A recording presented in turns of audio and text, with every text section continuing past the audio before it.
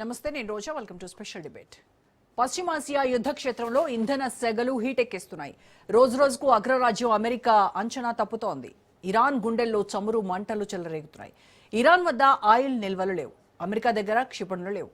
అటు టెహ్రాన్, ఇటు వాషింగ్టన్ ఉక్కిరిబిక్కిరవుతున్నాయి. ఇంతకీ మిడిల్ ఈస్ట్ లో అసలు ఏం జరుగుతోంది? ఇరాన్ ఎంబసీ పిలుపు వెనక ఆంతర్యం ఏంటి? చమురు యుద్ధంపై ఇవాల్టి స్పెషల్ డిబేట్.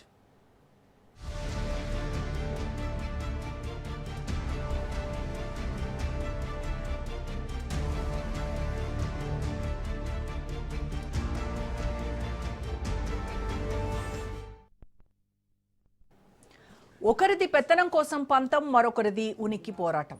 చమురు అమ్ముకోలేక, దాచుకోలేక ఇరాన్ విలవిల్లాడుతోంది. పీత కష్టాలు పీతవన్నట్టుగా యుద్ధంతో ప్రపంచమంతా చమురు కోసం అల్లాడుతుంటే టెహ్రాన్ మాత్రం ఆ చమురును ఏం చేయాలో తెలియక తలలు పట్టుకుంటోంది. అమెరికా దిగ్బంధనం, హార్మోజ్ జలసంధి మూసివేతతో సతమతమవుతోంది. బయటకు తీసిన చమురును ఎగుమతి చేసే మార్గం లేకుండా పోయింది. ఇరాన్ దగ్గర 12 నుంచి 22 రోజుల నిల్వ సామర్థ్యం మాత్రమే ఉంది. ఆ తర్వాత పరిస్థితి ఏంటి? చమురు బావులు మూసేయాలా? ఒక్కసారి బావులు మూస్తే ఇరాన్ ఇంధన రంగం నామరూపాలు లేకుండా పోయే ప్రమాదం ఉంది. అలా జరిగితే దేశానికి మరణ శాసనం తప్పదు.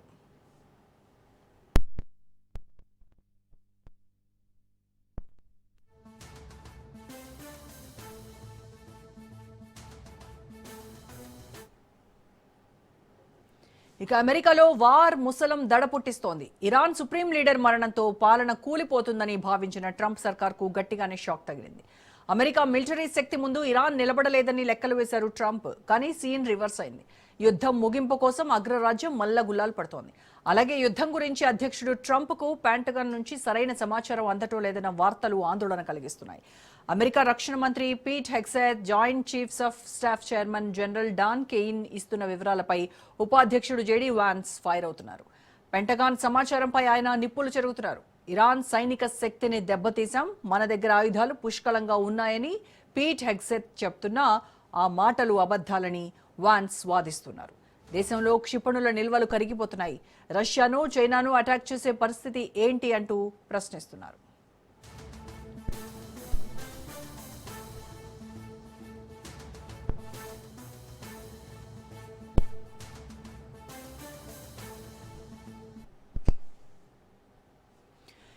ఇవన్నీ ఒక ఎత్తైతే ఇరాన్ పిలుపు ప్రపంచాన్ని వణికిస్తోంది. యూకేలోని ఇరాన్ ఎంబసీ నుంచి వచ్చిన సోషల్ మీడియా పోస్ట్ ప్రకంపనలను సృష్టిస్తోంది. శత్రువుకు తల వంచొద్దు, దేశం కోసం ప్రాణాలు అర్పించండి, బలిదానానికి సిద్ధంగా ఉన్నవారు సంప్రదించాలి అంటూ ఇరాన్ ఎంబసీ ఓపెన్ ఆఫర్ ఇచ్చింది. అంటే టెహ్రాన్ గెరిల్లా యుద్ధానికి, ఆత్మాహుతి దాడులకు తెగబడబోతోందా అనే సందేహాలు వ్యక్తమవుతున్నాయి. మరణమే శరణమని సిద్ధపడితే వాషింగ్టన్ ఏం చేయగలదు? రానున్న రోజుల్లో యుద్ధం ఎలాంటి పరిణామాలకు తావిస్తుందో రైట్. ఇరాన్ చమురు నిల్వ చేయడానికి ప్లేస్ లేక బావులను మూసివేస్తే పర్మనెంట్ డ్యామేజ్ తప్పదు అని ఎక్స్పర్ట్స్ హెచ్చరిస్తున్నారు. మరి ఈ చమురు మంటలు దేనికి దారితీయబోతున్నాయి? ఇదే అంశంపై ఇవాళ మన డిబేట్లో మాట్లాడదాం. డిబేట్లో పార్టిసిపేట్ చేస్తున్నారు senior journalist and senior analyst Bandaru Rammohan Rao garu. Rammohan Rao garu, నమస్కారం సార్.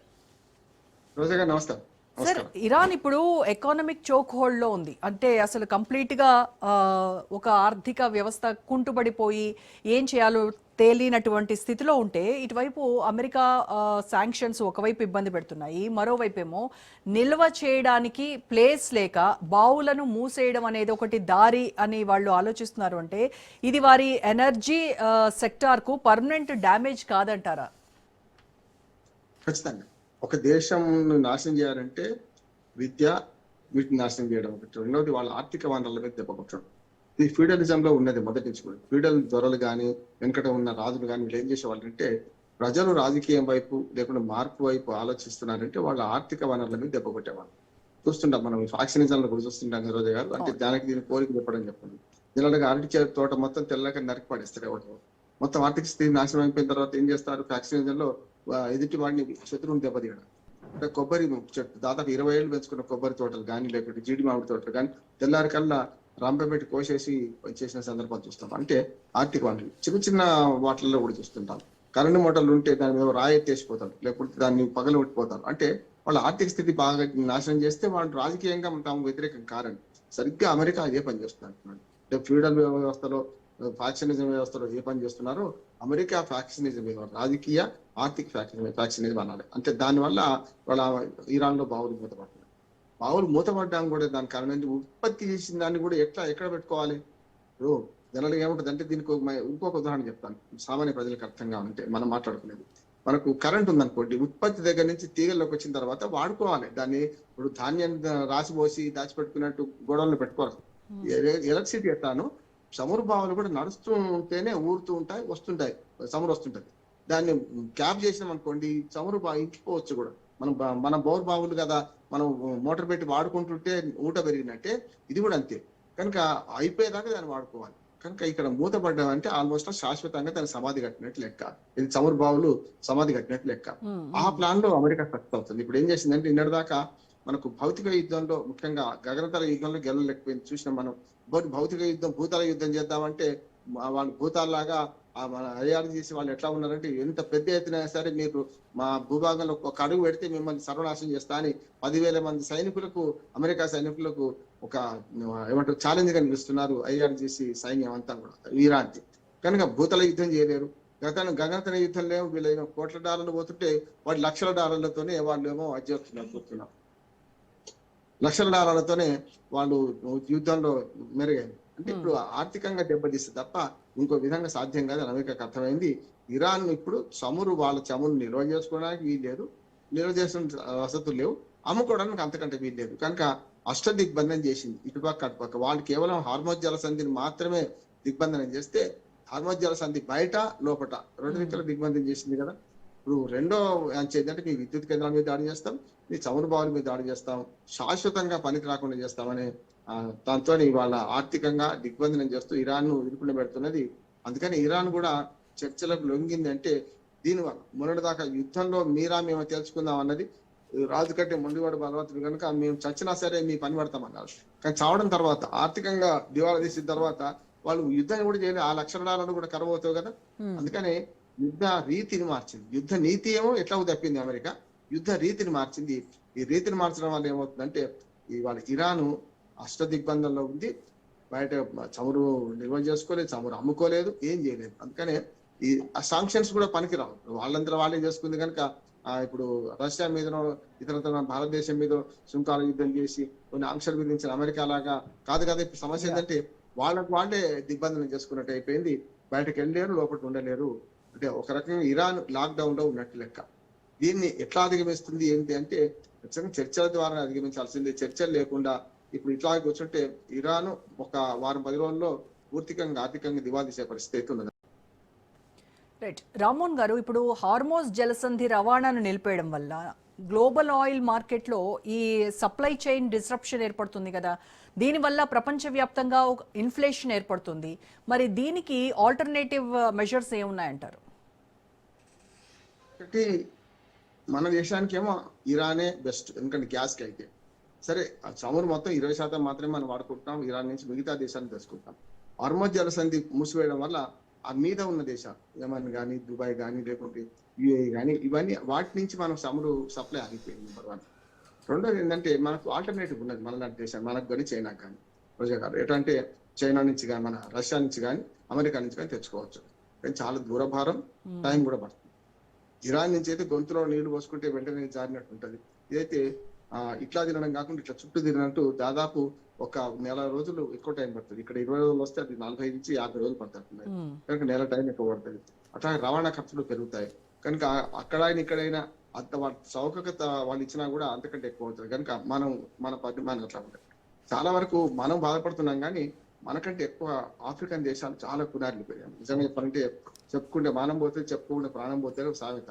అట్లానే ఇప్పుడు ఏమైందంటే వాళ్ళు చెప్పుకోలేకపోతున్నారు. అంటే వాళ్ళు ఇప్పుడు రష్యాను, చైనానో, ఇండియా, పాకిస్తానో, శ్రీలంక గురించి ప్రపంచంతో మాట్లాడుకుంటారు. కానీ చాలా చిన్న దేశాలు ఆకలికి మలమల్లాడుతున్నాయి, ఉపాధి పోయింది. ఒకనాటి కరోనా పరిస్థితులు ఆఫ్రికన్ కంట్రీస్ లో దాదాపు 40-50 కంట్రీస్ లో వచ్చింది. సముద్ర సంక్షోభం ఒక ఇరాన్కో లేకుండా గల్ఫ్ దేశాలకో పెద్ద దేశాలకు పరిమితం కాలేదు, చాలా చిన్న దేశాల మీద పడ్డది. రెండోది ఏంటంటే యుద్ధాల వల్ల నష్టపోయేది కూడా ఎవరు? ఇరాన్ లో కానీ, ఇజ్రాయెల్ లో కానీ, లెబనాన్ లో కానీ, ఇవాళ యుద్ధం జరుగుతున్న ఉక్రెయిన్ లో కానీ, రష్యాలో కానీ ఎవరు నష్టపోతున్నారు? పిల్లలు, గృహిణులు, ముఖ్యంగా మహిళలు, వృద్ధులు నష్టపోతున్నారు. ఇది కూడా ఓ రకంగా చెప్పాలంటే చాలా పెద్ద సంక్షోభం ఉంటుంది. రెండోది ఏంటంటే ఈ ఆర్థిక సంక్షోభం 1-2 దేశాలకు పరిమితం కాలేదు. మనం చాలా బెటర్. ఓ రకంగా మనం కానీ, చైనా కానీ ఓ రకంగా చెప్పాలంటే కొంత పాతది ఉంది, కొత్తది నడుస్తున్నది. ఇంకా శ్రీలంక పరిస్థితి ఏంది, పక్కనే ఉన్న పాకిస్తాన్ పరిస్థితి ఏంది చూస్తున్నాం కదా మనం. కనుక ఈ యుద్ధము వీటి వల్ల చాలా వరకు చమురు సంక్షోభం, డాలర్ సంక్షోభం కారణమైంది. డాలర్ సంక్షోభం మొత్తం అంతా ప్రపంచవ్యాప్తంగా ఆర్థిక సంక్షోభానికి కారణమవుతుంది. ఇంకొక 15-20 రోజులు ఈ యుద్ధం నడిస్తే వాళ్ళు అగిన చర్చలు అనే పేరు మీద కాలయాపన చేసినా కూడా 2008లో వచ్చిన ఆర్థిక సంక్షోభం మరొకసారి వచ్చే అవకాశం ఉంటున్నాను. కానీ 2019-20లో వచ్చిందేమో సామాజిక సంక్షోభం, ఆర్థిక సంక్షోభం దాన్ని వెన్నట్టు వచ్చింది. కానీ ఒకనాటి 2008లో వచ్చిన ఆర్థిక సంక్షోభం లాంటిదే ప్రపంచవ్యాప్తంగా వచ్చే అవకాశం ఉన్నది.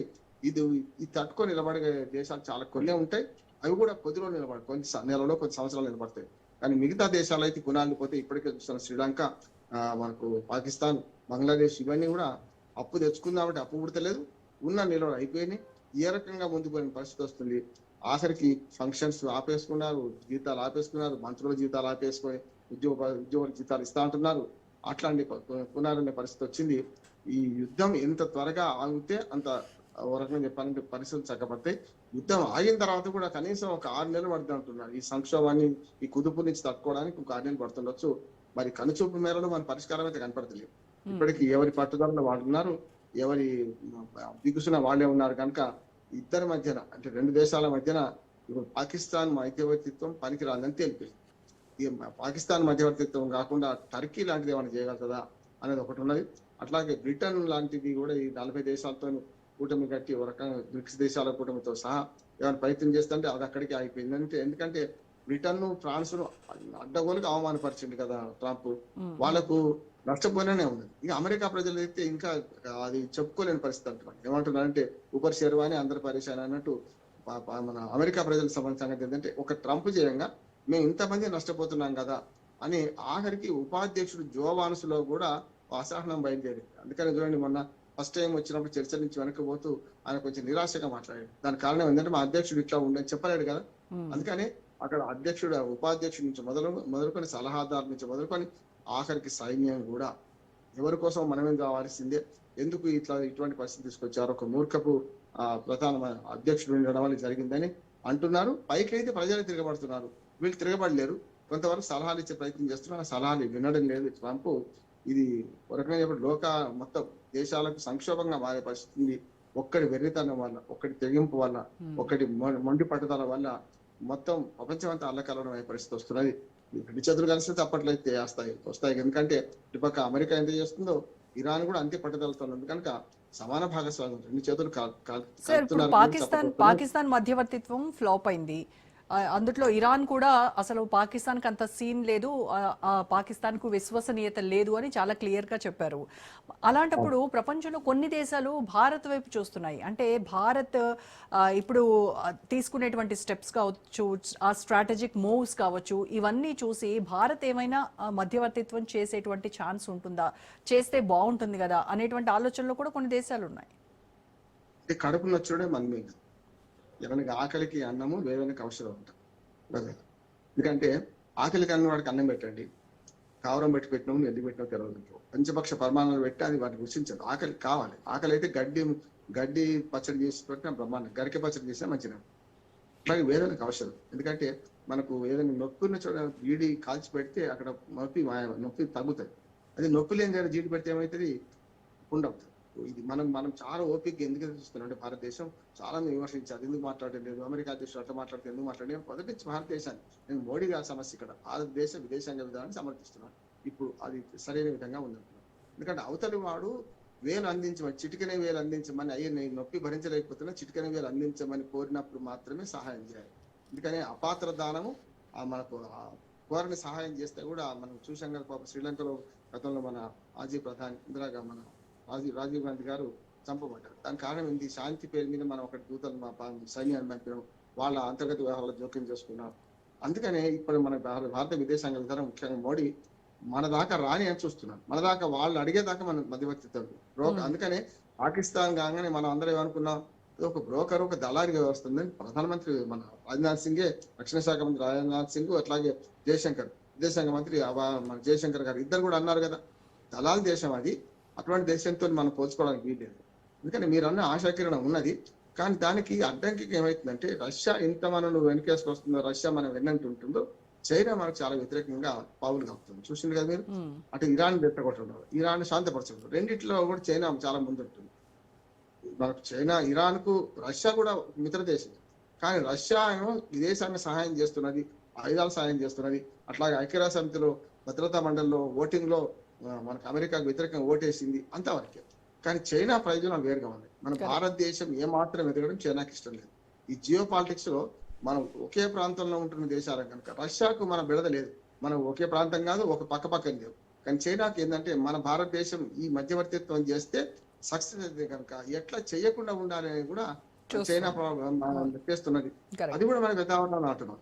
రష్యా ఒప్పుకున్నా చైనా ఒప్పుకోవడం లేదు మన మధ్యవర్తిత్వానికి అంటున్నారు. ఉమ్, దాంతో ఏమైతే అమెరికా అధ్యక్షుడు చైనా అధ్యక్షుడు మాట్లాడుకుంటున్నారు. ఉమ్, అంటే అవసరమైతే చైనా ఇక్కడ కూడా గోడ మీద పిల్లలాగా, అంటే మన వాళ్ళు పూర్తిగా సహాయం చేయరు, ఏ యుద్ధంలో పాల్గొనలేదు. చూడండి మీరు, Right. చైనా ఇంతవరకు తన తైవాన్ స్వాధీనం చేసుకోవడం ఒకటి తప్ప ప్రపంచంలో ఏ యుద్ధంలో డైరెక్ట్ గా చైనా పాల్గొనట్లేదు. చైనా పాలసీ వేరు, మన భారత్ పాలసీ వేరు. మీరు అన్న మినుకుమండి ఆశ మాత్రం నాకు కూడా ఉన్నది. భారతదేశం కనుక కొంతవరకు ఏదైనా మధ్యవర్తిత్వం చేస్తే సక్సెస్ అయితే నాకు నమ్మకం. అటు ఇరాన్ కానీ ఇటు అమెరికా. రైట్ రామ్మోహన్ గారు, ఇప్పుడు ఆయుధాల కొరత వల్ల అమెరికా తన వార్ టాక్టిక్స్ ని ఏమైనా మార్చుకోవాల్సి వస్తుందంటారా? ఎందుకంటే యుద్ధాన్ని ముగించడానికి ఇది కూడా ఒక తప్పనిసరి రీజన్ అవుతుందంటారా? మంచి ప్రశ్న. నా ఉద్దేశం ఏంటంటే రాజా గారు, ఆయుధాల కొరత రెండు రకాలుగా వచ్చింది. ఒకటేమో ఉక్రెయిన్ రష్యా యుద్ధంలో ఉక్రెయిన్ కు చాలా పెద్ద ఎత్తున ఆయుధాలు సప్లై చేసింది. అంటే ఒక రకంగా చెప్పాలంటే ఆయుధ పాఠవ పరీక్షలు చేసింది. పాత ఆయుధాలను తుప్పు వదిలించుకున్నది. ఇక్కడికి వచ్చే కల్లా ఆ తుప్పు ఆయుధాలే తుక్కు ఆయుధాలు అంతకంటే లేకుండా అయిపోయాయి. ఉమ్, ఇరాన్ తో యుద్ధంలో ఖరీదైన యుద్ధం చేసింది. అంటే అన్ని అస్త్రాలు వెలికి తీసింది. బంకర్ ఛేదించే విమానాలు, మన క్షిపణి నుంచి మొదలుకొని చివరికి దూరభారం అయినా సరే అది మనకు ఎదుటివాడిని నష్టం చేసే అనేకమైన విమానాలు విడిచింది. కానీ మన F-15 విమానాలు, F-20 విమానాలు కూడా ఇవాళ చిన్న చిన్న దానికి ధ్వంసమైన చూసినాం. ఇరాను చాలా చిన్న చిన్న దానికి ధ్వంసం చేసింది. మనం మొదటి చెప్పుకున్నాం కదా, కుంజర యోధము దోమ కుత్తుకొచ్చి వచ్చిన అన్నట్టు ఏనుగులు లాంటి అమెరికా సైన్యము ఇవాళ హర్మోజ్ జలసంధి అనే దానిలో ఇరాన్ పన్నాగంలో చిక్కుకొని అక్కడ చిక్కిపోయింది అంటున్నాను. దాంతో ఏమవుతుందంటే ఖరీదైన యుద్ధం చేయడం వల్ల ఒకటి ఆర్థికంగా చిక్కిపోయింది, హోమ్లాండ్ సెక్యూరిటీ డబ్బులన్నీ అయిపోయినాయి చూస్తున్నాం. అట్లాగే ఆయుధ సంపత్తి కూడా మెల్లమెల్లగా పునారుంది. అందుకనే మొన్నటికి మొన్న సరిగ్గా నెల కింద మనకి ఏదైతే ఈ కాల్పుల విరమణ ఒప్పందానికి వేఅవుట్ ఎట్లా చూస్తున్నాడు అంటే ఎవరు బతికులాడదు. నేను ఎప్పుడు చెప్తుంటాను, ఎందుకంటే నన్ను విడవరాని పని పడతా అంటుంటాడు. విడవరా అంటే విడిచిపెడతాడు వాడు, పట్టుకోరా అని గట్టిగా మెల్లగా చెప్తుంటాడు చెవులు. అంటే ఇద్దరు పట్టుకోవాలి, నన్ను విడిస్తే మనిషిని కాదు, నన్ను విడిస్తే నేను వాడిని చంపేస్తా అంటుంటాడు. అట్లా అమెరికా ప్రగల్భాలు ఎట్లా ఉన్నాయంటే అట్లా అంటే ఏం లేదు. చివరికి ఈ వేఅవుట్ కోసం పాకిస్తాన్ మన బక్రాగా నిలిచి పాకిస్తాన్ ద్వారా చర్చ జరుగుతున్నాయి నమ్మించే ప్రయత్నం చేసింది. ఇదంతా ఊపిరి పీల్చుకోవడానికి. మీరు అన్నదానికి ఏంటంటే అక్కడ డబ్బులు లేదు, ఆయుధ సంపత్తి కూడా పోయింది కనుక మెల్లగా కొంత ఆయుధ సంపత్తిని పెంచుకోవడానికి ఆ బ్రీతింగ్ పీరియడ్ కోసమే ఈ చర్చలోని నాటకం అమెరికా మొదలుపెట్టింది. పెడితే అక్కడికైనా ఊరుకుంటే బాగానే ఉంటుంది. కనీసం చర్చలు అంటుంది ఒకవైపు, మీ భర్త మీ పని చేస్తా, మీరు ఇట్లా వినకపోతే బాగుండదు అని మిమ్మల్ని చంపేస్తా కొట్టేస్తా అని మాట్లాడుతున్నారు. అంటే మాటలు మీరుతున్నాయి. మొరిగే కుక్క కరవదు, ఖర్చు మొరగదు అన్నట్టు మరి మొరిగే కుక్కగా అమెరికా మిగిలిపోయింది అని అర్థం అవుతుంది. రెండోది ఇరాన్ మనకు క్షిపణి సామర్థ్యాన్ని కూడా సరిగ్గా అర్థం చేసుకోలేదు అమెరికా. మరి సిఐ ఏం చేస్తున్నది చూస్తున్నాం కదా. ఆయన సెక్యూరిటీకే భంగం అయింది కదా, చూసాం. అమెరికా అధ్యక్షుడి మీదే మన కాల్పులు జరిగింది చూసాం హిల్టన్ హోటల్లో. అటువంటి అప్పుడు తనను తాను రక్షించుకోలేని దేశం ప్రపంచాన్ని రక్షిస్తుందా అనే మాట వచ్చింది కదా. ఇప్పుడైతే ఏదైనా సరే మంచి దురదృష్టమే కావచ్చు, తప్పే కావచ్చు, గన్ కల్చర్ పెరగడము, దాంతో ప్రజల దగ్గర ఆయుధాలు పెరిగే క్రమంలో హింస పెరగడం, ఇవన్నీ చూస్తుంటే తనను తాను డిఫెండ్ చేసుకునే పరిస్థితుల్లో అమెరికా అధ్యక్షుడు ఉన్నాడు ఇప్పుడు. అందుకనే ఇరాన్ క్షిపణి సామర్థ్యాన్ని సరిగ్గా అర్థం చేసుకోకపోవడం వల్లనే ఆ డిగో గార్సియా దీవి 4000 కిలోమీటర్ల మీద దూరంగా ఉన్న దాని మీద కూడా ఇరాన్ దాడి చేయగలిగింది. అంటే ఖచ్చితంగా సిఐఏ వైఫల్యం. అట్లాగే ఇజ్రాయెల్ కూడా ఓ రకంగా ఇజ్రాయెల్కి ఏమైంది, ఈ యుద్ధం ముఖ్యం కాలే ఇప్పుడు. ఇరాన్ ను నాశనం చేయడమే ధ్యేయం కావచ్చు, ఈ శాంతి చర్చలు దాన్ని రుచిస్తలేవు కనుక ఏం చేసింది, అటుపక్క లెబనాన్ మీద దాడి చేస్తూ మరో రకంగా అమెరికా మాట విననుంటుంది. అమెరికా మన యుద్ధ నీతి వేరు, రీతి వేరే ఉన్నది. ఇజ్రాయెల్ యుద్ధ నీతి రీతి వేరే ఉంది కనుక రెండు మిత్ర దేశాల మధ్య లక్ష్యాలు వేరుగా ఉన్నాయి. అందుకనే ఇవాళ యుద్ధం ఆగపోవడానికి ఇజ్రాయెల్ కూడా కారణం అంటున్నారు. అమెరికా మాట చెప్తే వింటలేదు, అమెరికా చెప్పిన మాటను ఇజ్రాయెల్ వింటలేదు. అది కూడా మిత్రుడి శత్రువు అవుతారు కదా, తమ నిలవలో తప్పిన తమ మిత్రుడి శత్రువుల కూడా గదరాసముద్దని సుమతి శతకాలు చెప్పినట్టు ఇవాళ ఎవరి కోసం యుద్ధం చేస్తున్నదో అమెరికా ఆ ప్రయోజనం నెరవేరలేదు.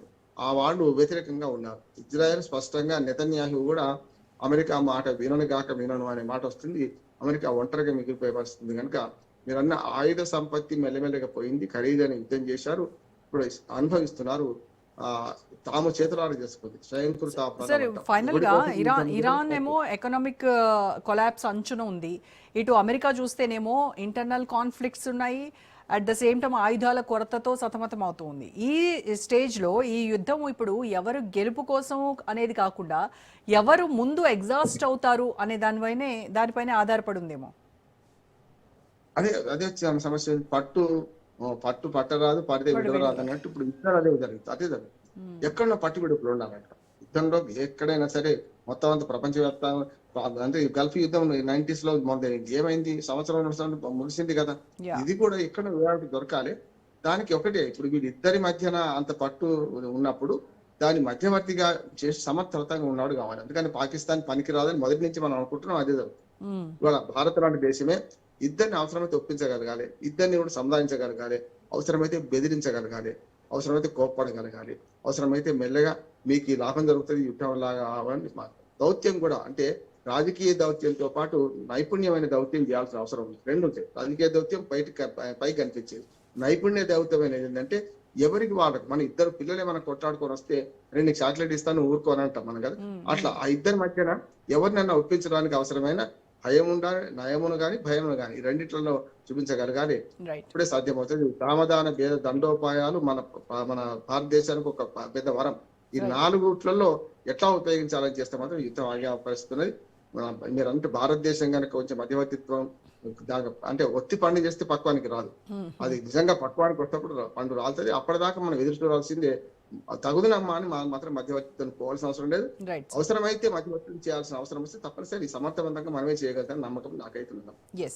Thank you so much Rammohan Rao garu. ఇది వాళ్ళ స్పెషల్ డిబేట్. Stay tuned.